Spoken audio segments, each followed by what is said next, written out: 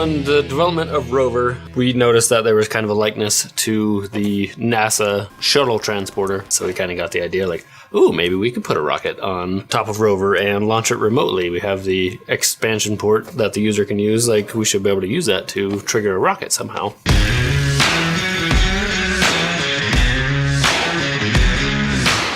So this is our kind of Rover launch platform that we made.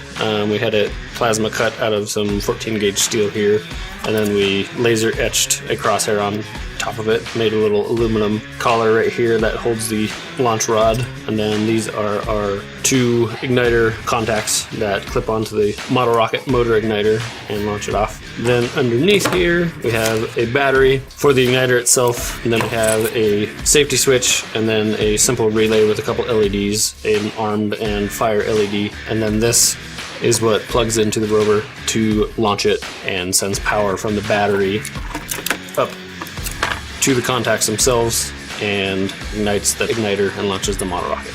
As far as the rocket went itself, this is actually the one we didn't launch. We lost that one. The one we did launch, we actually inset the motor about 25 millimeters or so that way we could put some extra little, it's called like flash cotton, burns really quick and creates a nice little flame. We decided to put some of that in there, give it a little bit more whoosh, that sort of thing.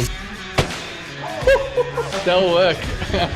As far as the programming goes, it was actually really easy. We didn't require an external processor. We were able to use kind of our SDK and API set to send commands directly through our test app that we have here internally, but a user could just as easily do that with the EDU app or their own sort of app if they want to create one. Send down their own API commands to the robot and make the robot do essentially whatever you want it to do.